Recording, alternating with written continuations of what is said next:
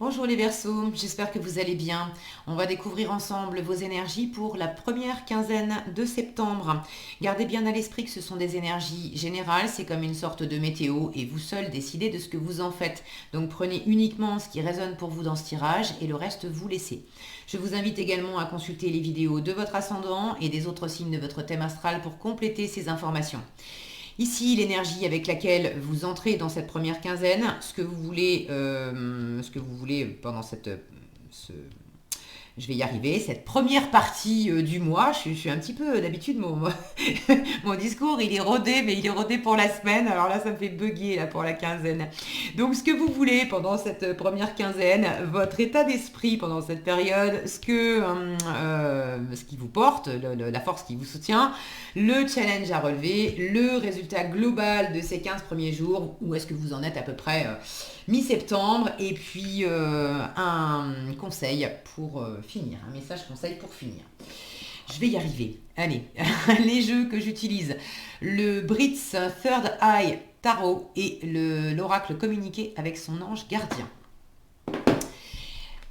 Vous avez le 8 de bâton, l'as de denier, le page de denier, le 8 de coupe, l'ermite et le cavalier de coupe. C'est un tirage sympa, moi j'aime bien ça. J'aime bien, j'aime bien. Là, j'ai de l'ouverture, j'ai de l'envie que ça bouge, j'ai de l'envie de créer une opportunité, de saisir une opportunité, j'ai de l'envie d'avancer, j'ai de l'envie de se faire plaisir, de mieux se comprendre, de s'offrir du meilleur et de s'ouvrir aussi quand même. Allez, je prends les choses dans l'ordre. Vous entrez dans cette première quinzaine avec un 8 de bâton.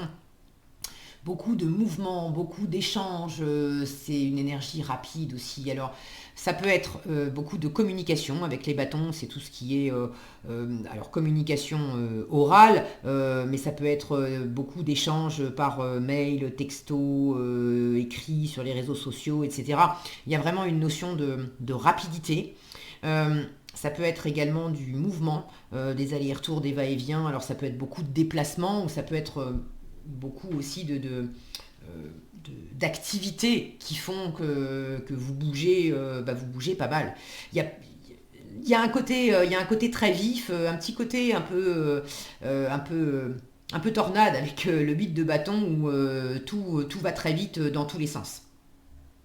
Maintenant, j'ai pas du tout cette sensation que ça part dans tous les sens. J'ai au contraire une notion ici euh, d'événements. Alors ça peut être quelque chose d'un peu soudain, ça peut venir de l'extérieur, on vous envoie de la communication, on vous envoie des nouvelles, on vous envoie des opportunités, et vous avez à cœur de saisir. Vous sentez que là, il y a une abondance, on a comme des étoiles filantes là. Il y a comme une abondance d'opportunités, de possibilités. Et vous, ce que vous voulez, as de denier, vous voulez saisir une opportunité.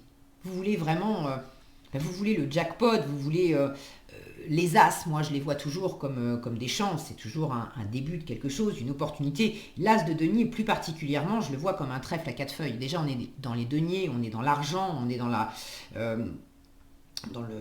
le matériel, on est aussi dans le monde concret, physique, donc il y a cette notion d'être, c'est l'élémentaire, il y a cette notion d'être vraiment, c'est le plus concret de tous les quatre as. Donc on a les pieds sur terre, on a la tête sur les épaules, on est efficace, on est pragmatique, on est réaliste. Quand il y a une opportunité, c'est pas simplement juste un désir, c'est pas juste un coup de cœur, c'est pas juste une pensée. L'as de denier, c'est vraiment du concret.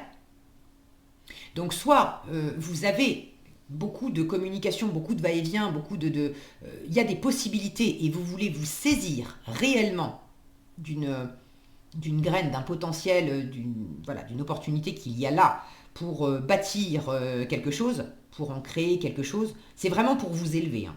Là, j'ai vraiment une compréhension de soi-même, de tirer de la sagesse, de tirer de l'expérience, de découvrir comment faire et comment mieux faire. comment mieux vivre, comment mieux vous éclater vous, comment mieux bâtir dans votre vie, mieux bâtir votre bonheur. Ça peut être aussi comment mieux bâtir réellement dans la matière, comment mieux faire de l'argent, comment mieux investir, comment mieux travailler. Bref, il y a quelque chose là qui est vraiment à votre portée pour grandir et vous faire plaisir. Donc soit vous voulez saisir une opportunité qui est là, soit vous voulez vous créer une opportunité. Et il y a beaucoup de mouvements et beaucoup d'interactions qui peuvent venir de vous parce que vous avez une idée probablement déjà en tête et là vraiment vous voulez concrétiser, vous voulez matérialiser quelque chose. Ça peut être, ça fait longtemps que j'ai envie, je sais pas moi, de me lancer dans une nouvelle carrière. J'en étais au stade de l'envie, j'en étais au stade de l'idée, mais là maintenant, je suis en train de poser, ça c'est votre état d'esprit, page de denier. Le page de denier, c'est comment je m'y prends. Alors on a ce côté étudiant avec les bouquins là. Si le focus veut bien, oui, non, voilà. On a ce côté étudiant. Selon les tarots, c'est pas toujours représenté pareil. Parfois, il y a des tarots qui considèrent que l'étudiant du tarot, c'est le page de denier. D'autres considèrent que l'étudiant du tarot, c'est le page d'épée. Pour moi, les deux sont des formes d'étudiants. Pour moi, de toute façon, tous les pages, quelque part, sont des étudiants parce que ce sont des petits valets des énergies jeunes qui sont en train de démarrer quelque chose, donc d'apprendre. Forcément, c'est forcément des apprenants, des étudiants. Maintenant, cette notion d'étudier, pour moi, le valet d'épée va étudier plus intellectuellement, alors que le valet de denier, lui, va étudier vraiment dans la matière parce que s'il apprend quelque chose, c'est... Comment je m'y prends J'aime bien prendre cet exemple pour illustrer là où le valet d'épée, donc beaucoup plus dans l'intellect, va se mettre à apprendre l'anglais pour le plaisir d'apprendre une langue étrangère. Le valet de denier, lui, va apprendre l'anglais parce qu'il sait qu'il veut absolument partir en voyage en Angleterre ou aux États-Unis ou dans un pays où l'anglais, ça le dépannera bien. Mais il y a un côté concret et pragmatique qui fait que j'apprends quelque chose, mais je sais pourquoi je l'apprends. Je le fais dans un but particulier. Il y a une application pratique à ça.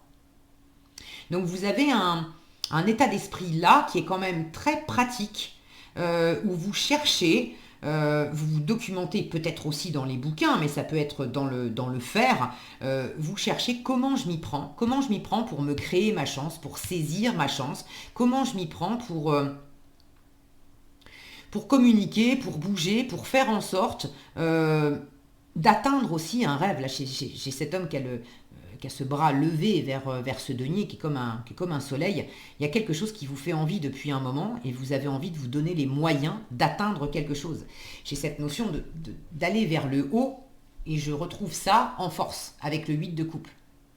Le 8 de coupe, c'est une carte qui dit j'avais 8 coupes jusqu'à présent. Alors, 8 coupes, c'était quand même du plaisir, une abondance de plaisir. On n'avait pas 2-3 coupes, on en avait 8 quand même, c'était bien. Mais c'était bien, mais aujourd'hui, c'est plus suffisant. Avec le 8 de coupe, là, il y a un retour à soi-même. On veut plus, on veut mieux. On veut s'élever. On veut sa 9e coupe. La 9e coupe, c'est le plein épanouissement émotionnel par soi-même, pour soi-même. C'est pas à travers l'environnement, c'est pas les autres qui vont compenser ce que j'arrive pas à m'apporter à moi-même. C'est vraiment le 9 de coupe, c'est le plein épanouissement. J'ai pas besoin de l'autre dans l'absolu, j'ai pas besoin de l'autre pour être pleinement heureuse. Le 9 de coupe, c'est la réalisation des vœux. Et là, avec le 8 de coupe, je veux aller vers cette réalisation des vœux. J'ai cette porte tout en haut qui m'attend avec toutes ces étoiles autour. Il y a quelque chose qui me fait envie. Je veux aller vers une plus haute version de moi-même. Je veux plus, je veux mieux. Je veux mon 9 de coupe, je veux mon 10 de coupe. Je veux mon bonheur à moi, la réalisation de mes vœux. Je veux atteindre quelque chose. Et après, au-delà de ça, une fois que j'aurai atteint ce quelque chose de concret, je veux le développer, je veux bâtir, je veux construire. Et après, je veux pouvoir, moi, en profiter, mais je veux pouvoir aussi le partager. Ça, c'est le 10 de coupe. Je veux le partager avec mon environnement. Alors, j'ai en challenge l'ermite. Ce qui est amusant, c'est que ces deux cartes, 8 de coupe et ermite, me parlent de retour à soi-même. Le 8 de coupe, je vous disais, c'est le... Voilà, j'opère ce retour à moi-même parce que je veux une plus haute version de moi-même. Je veux suivre mes rêves. L'ermite, c'est le retour à soi aussi pour faire un bilan, faire la lumière sur tout ce que j'ai traversé jusqu'à présent et m'apporter, dans ce sens-là aussi, ça m'apporte une meilleure version de moi-même parce que je tire des leçons, j'apporte un éclairage différent, j'apprends. Cette notion d'apprentissage là, j'apprends de tout ce que j'ai traversé jusqu'à présent, donc j'avance aussi je m'élève et j'avance vers une plus haute version de moi-même. Maintenant, j'ai dans la représentation là, j'ai quelque chose en force, des marches à grimper, quelque chose qui me demande de lever la tête, de faire aussi physiquement, hein, si je veux ouvrir cette porte, découvrir quels sont les trésors qui sont derrière, j'imagine bien que là, ce personnage est obligé de faire bouger son corps et de monter marche après marche pour aller physiquement ouvrir cette porte et voir ce qu'il y a derrière. Alors que là, dans l'ermite, on a ce côté plus, on est dans le sombre. L'ermite, symboliquement, c'est celui qui est quand même dans sa grotte. On est plus dans l'intériorité. Autant là, j'ai une sensation de monter pour aller ouvrir quelque chose, autant là, j'ai une sensation de me replier, de peut-être descendre en moi-même, voire me renfermer dans de l'indépendance, dans de la solitude, dans une grotte, quoi. Donc le retour à soi, oui. Maintenant, j'ai l'impression qu'on vous dit, attention, comment tu le fais? Là, on vous invite, vous êtes déjà dedans. Là, j'ai une notion d'être en plein air, d'être dehors. Ces bâtons là qui volent dans le ciel, cet as de denier là qui est énorme comme un soleil avec ce vert derrière. J'imagine une prairie, un soleil qui réchauffe avec ses rayons et puis on a envie de le toucher. Là encore, j'ai les rayons sous ce denier qui pareil est comme un soleil. J'ai des branches d'arbres. Là, j'ai vraiment une notion d'être dehors, de profiter de la chaleur, de l'air, bon. Et là, on vous dit, mais monte vers le soleil, sors aussi, passe la porte. Ne te renferme pas. Vous avez un peu de mal peut-être à...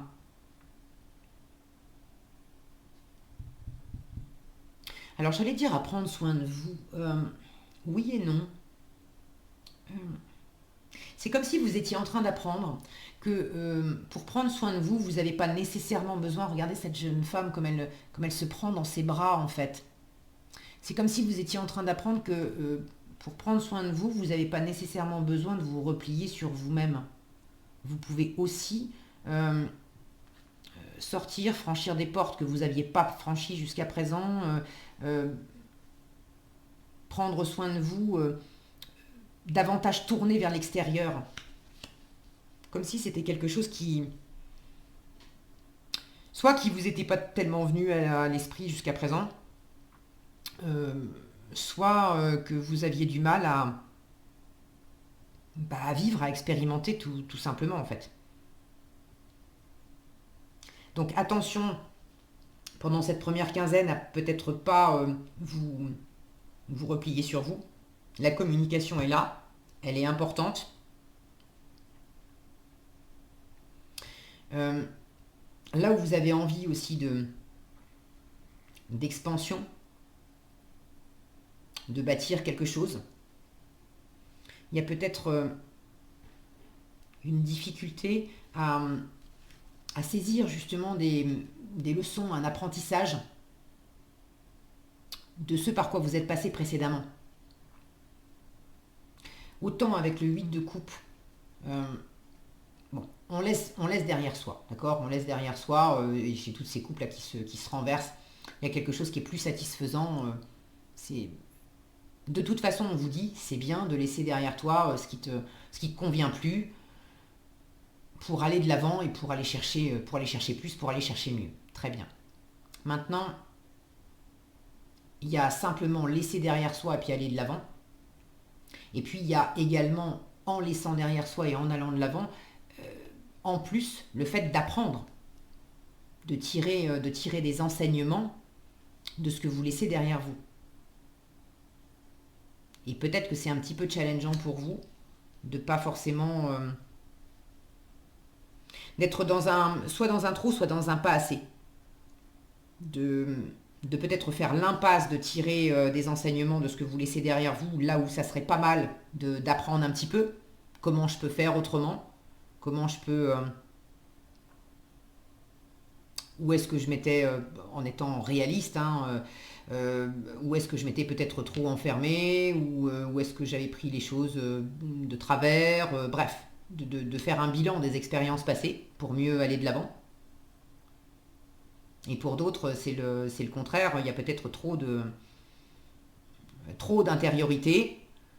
Et on vous dit, bon, rentrez en toi pour chercher, pour comprendre très bien, mais ce qui est important, c'est quand même surtout et avant tout de laisser derrière toi ce qui ne te convient plus, et puis d'opérer cette avancée, cette ouverture, de t'ouvrir au propre comme au figuré, à aller vers l'extérieur, à sortir de chez toi, à rencontrer des nouvelles personnes, à t'ouvrir à de nouvelles idées, à être davantage dans l'action que dans la réflexion. Donc, voyez si cet ermite il s'exprime plus dans un trop plein de je me renferme et je réfléchis, ou au contraire je gagnerais à analyser un petit peu plus là où je le fais pas.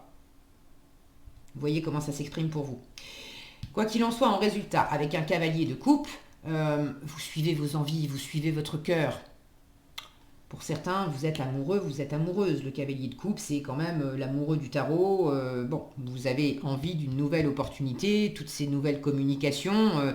C'est peut-être un nouveau coup de cœur pour quelqu'un, ou quelqu'un qui a un coup de cœur pour vous et qui sait vous le communiquer. Et vous êtes en train vous êtes en train de voir qu'est-ce que je peux en faire, comment je peux interagir. Attention à pas vous replier sur vous si ça fait un petit moment que vous aviez rencontré personne, ou si vous aviez pris un peu l'habitude du mieux vaut seul que mal accompagné. Ok? Mais il y a vraiment de l'amour là, débordant. Si c'est pas de l'amour amoureux, c'est de toute façon du plaisir, de l'amour au sens plus large, du plaisir au travers d'un nouveau projet, au travers d'un nouveau travail. Ça peut être du plaisir, de la sensibilité de cœur, de l'amour, mais à travers de l'amitié, à travers des relations familiales, à travers des nouvelles rencontres, voilà, le fait de simplement rencontrer des gens, échanger, être dans davantage de communication, davantage on sort de sa grotte, on sort de chez soi, on se réouvre au monde, on partage. On dit aussi, le cavalier de coupe, les cavaliers sont des messagers. Donc on parle là où on avait tendance à être enfermé, à pas beaucoup discuter, on s'ouvre davantage. Là, je vois cette jeune femme aussi qui est en train de regarder cet ermite. J'ai l'impression qu'en résultat aussi, dans cette ouverture que vous opérez, il y a quand même une part de vous, votre cœur, qui a beaucoup d'empathie, beaucoup d'amour, beaucoup de bienveillance, beaucoup de tendresse pour cette part de vous qui s'était peut-être un peu repliée, un peu protégée, qui avait eu tendance à beaucoup intellectualiser, à chercher, à comprendre. C'était pour le meilleur, c'était pour mieux vous comprendre, pour mieux comprendre votre environnement, pour vous protéger aussi. Il y a beaucoup, beaucoup, beaucoup de sagesse dans l'ermite.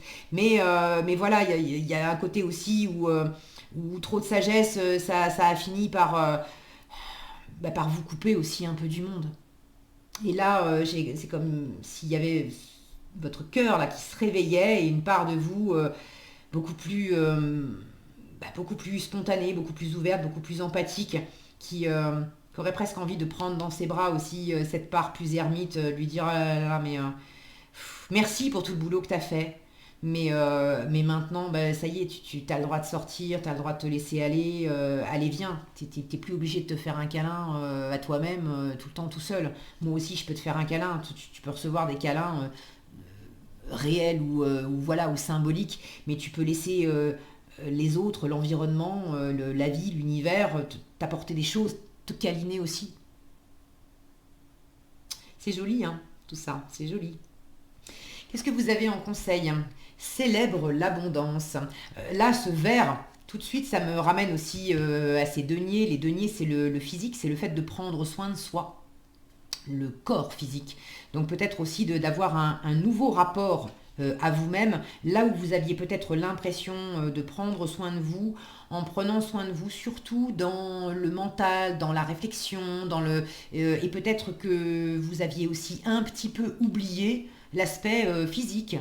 Qu'est-ce que je mets dans mon assiette, mon rythme de sommeil, est-ce que je me dépense suffisamment, est-ce que je fais du sport, est-ce que je m'octroie des moments dans le physique, dans le concret, à avoir des occupations qui me font du bien, qui me ressourcent, comme aller, je sais pas, me balader dans la nature, jardiner, ou faire de la poterie, ou j'en sais rien, mais des choses plus physiques. Vous aviez peut-être l'impression que prendre soin de vous, ça passait surtout par de la compréhension, par du mental. Or, là, il y a quand même un retour au cœur. J'ai un bel alignement entre la force vive, là, le mouvement, quelque chose qui s'anime, et puis le cœur, le corps, le cœur ici, le corps là, et puis la tête qui est un petit peu mise en veilleuse.